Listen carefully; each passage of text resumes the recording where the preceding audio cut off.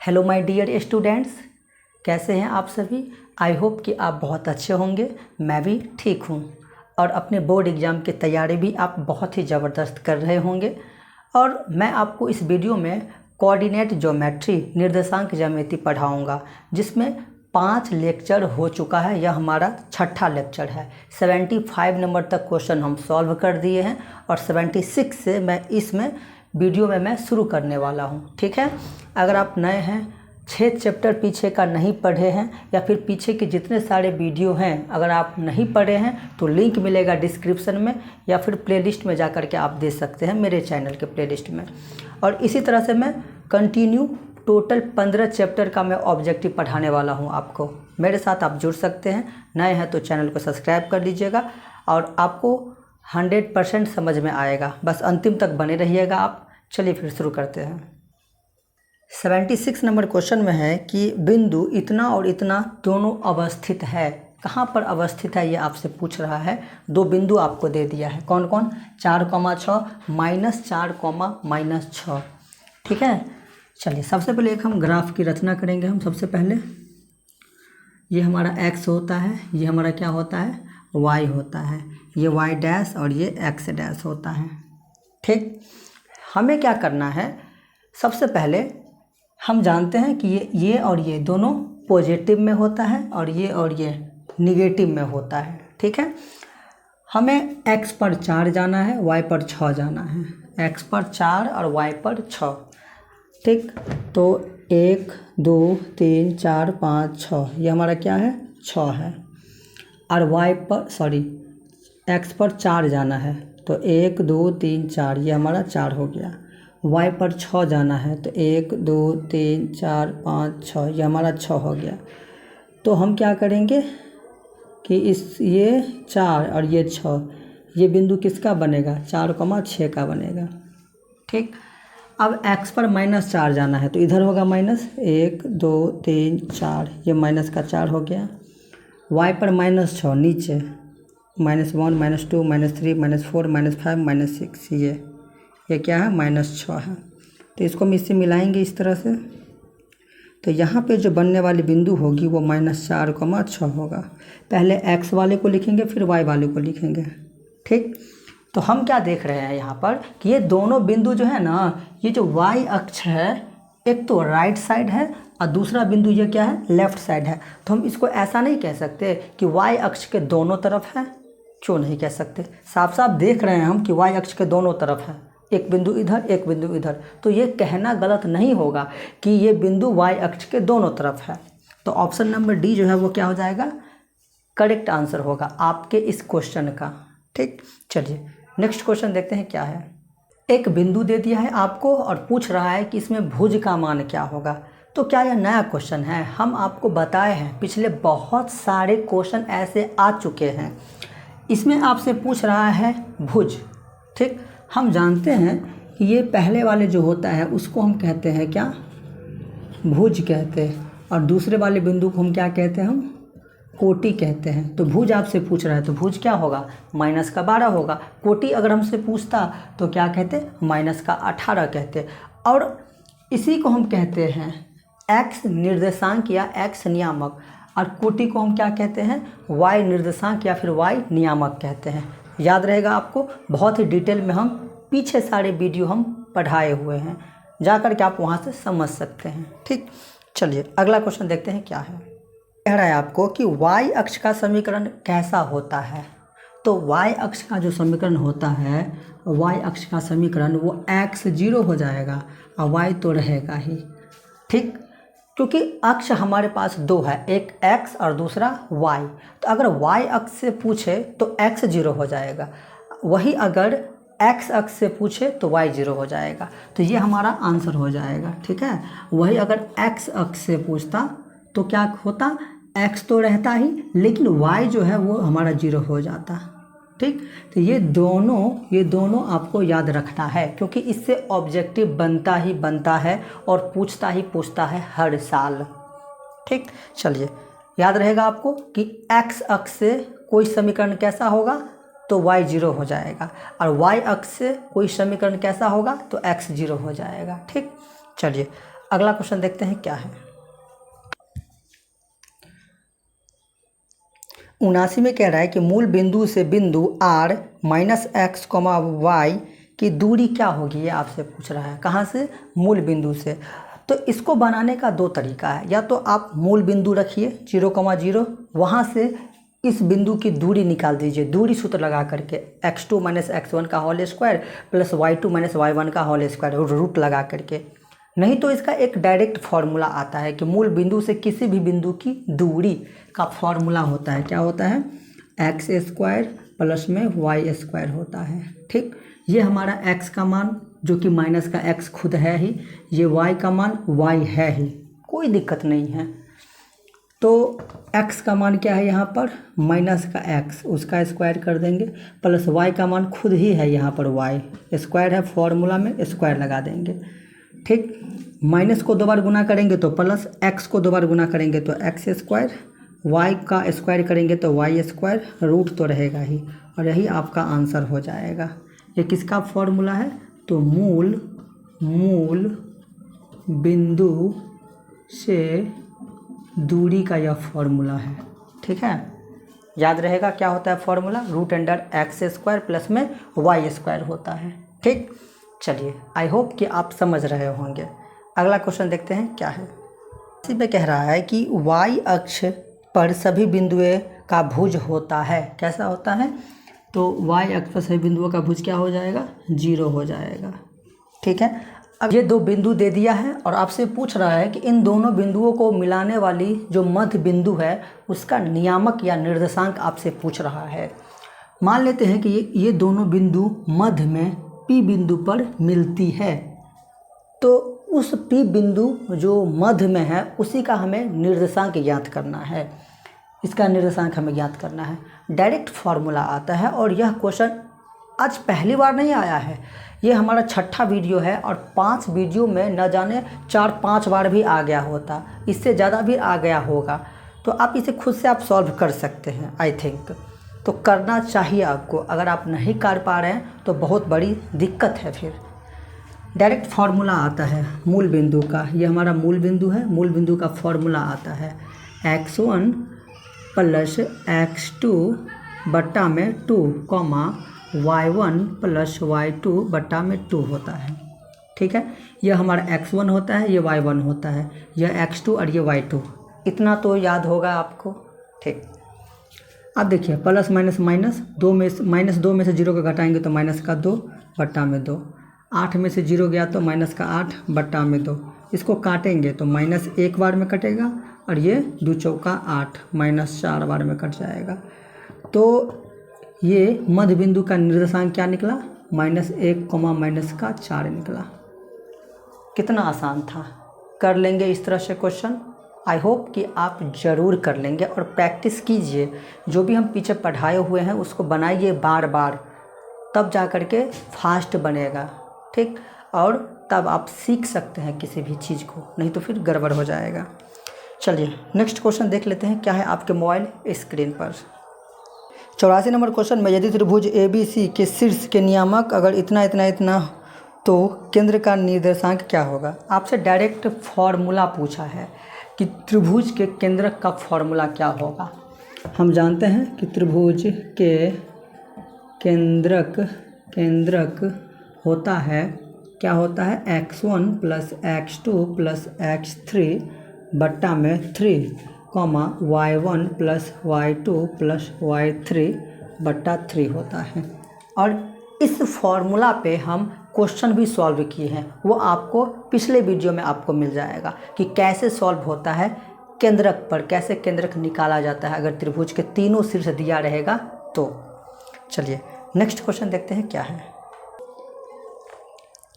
चलिए 85 number question है कि यदि बिंदु इतना इतना इतना संरेखी है तो के का मान क्या होगा?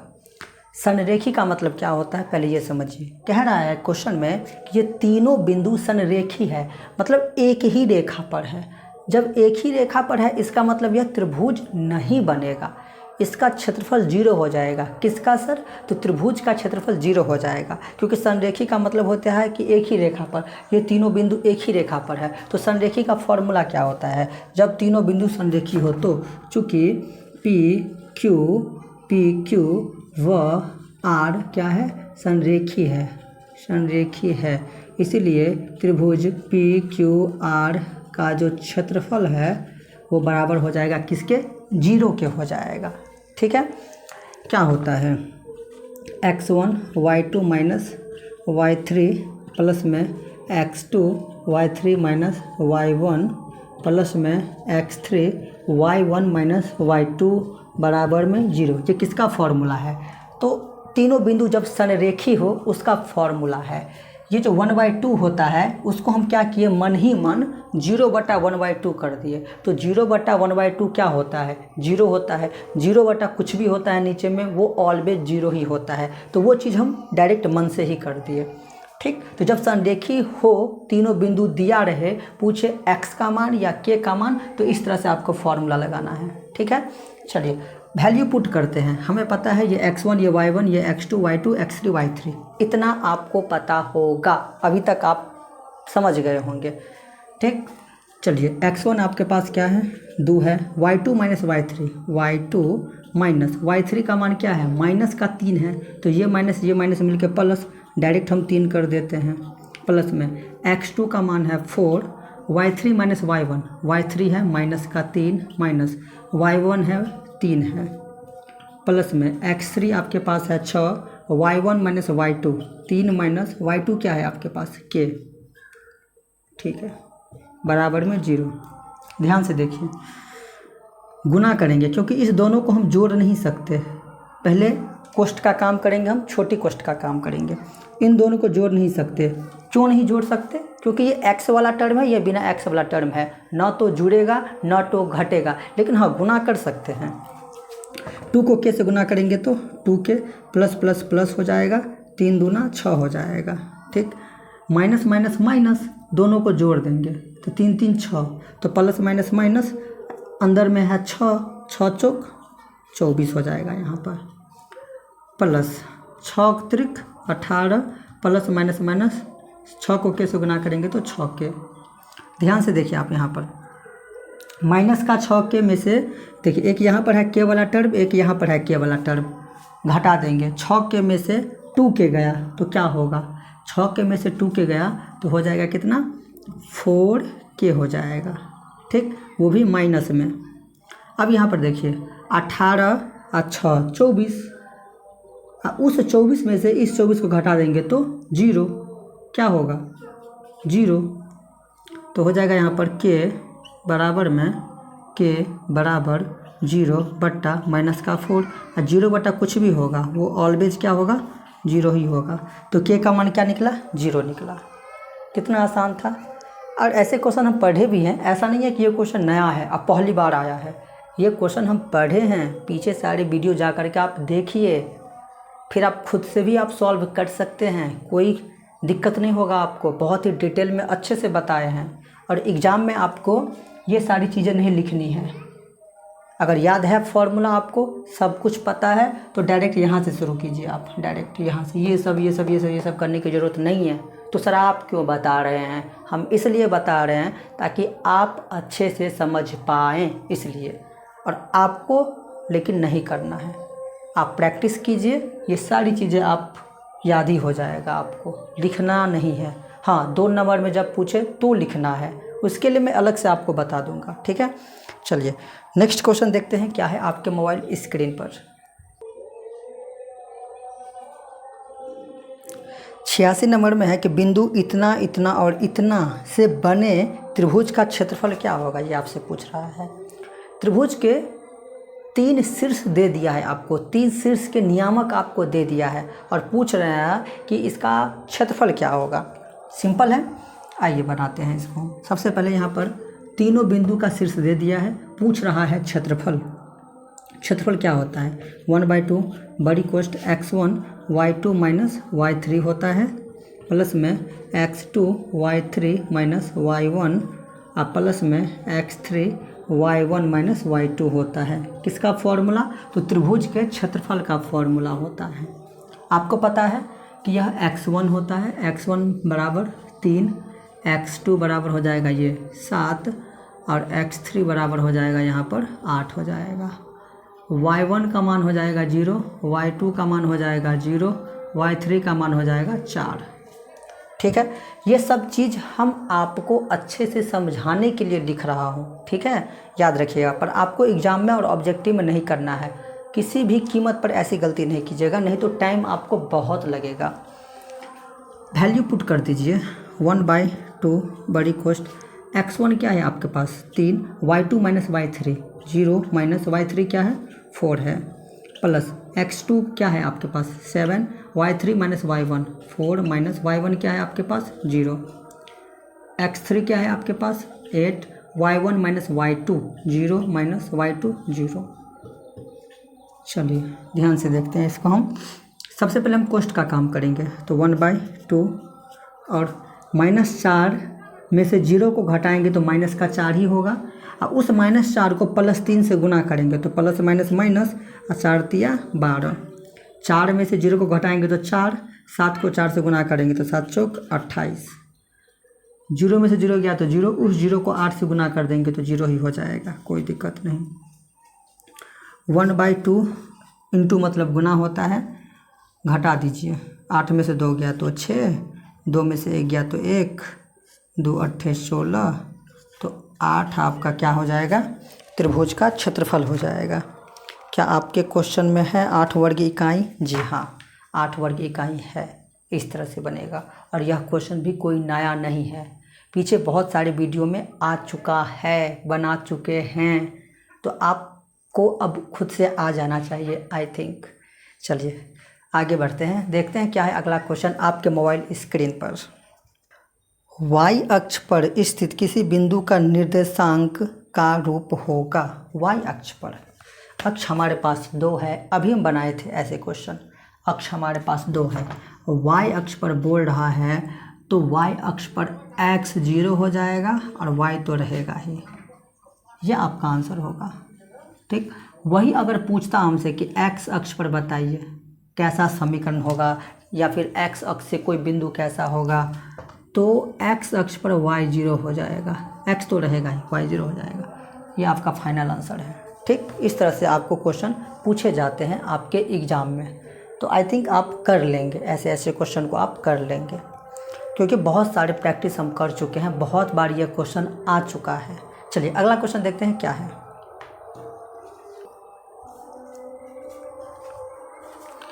88 नंबर क्वेश्चन है कि यदि किसी त्रिभुज के शीर्ष के नियामक इतना इतना एवं इतना हो तो त्रिभुज का क्षेत्रफल क्या होगा। अभी जो हम 86 नंबर क्वेश्चन पढ़े थे ना, सेम वैसा ही क्वेश्चन है, सेम, बस वैल्यू चेंज है, उसका निर्देशांक चेंज है, बाकी सेम है। आप कर लेंगे। ये क्वेश्चन मैं सॉल्व नहीं करने वाला हूँ, क्योंकि ऐसे क्वेश्चन अभी हम एक क्वेश्चन पहले पढ़ाए हैं, पीछे के बहुत सारे वीडियो में भी आया हुआ यह क्वेश्चन है, तो अब आप कर लेंगे, मुझे पूरा उम्मीद है। नहीं बनेगा ना ये क्वेश्चन 88 कमेंट कीजिएगा, मैं फिर से बताऊंगा आपको, लेकिन कोशिश ज़रूर कीजिए आप, ठीक है। चलिए अब कर लेंगे आप।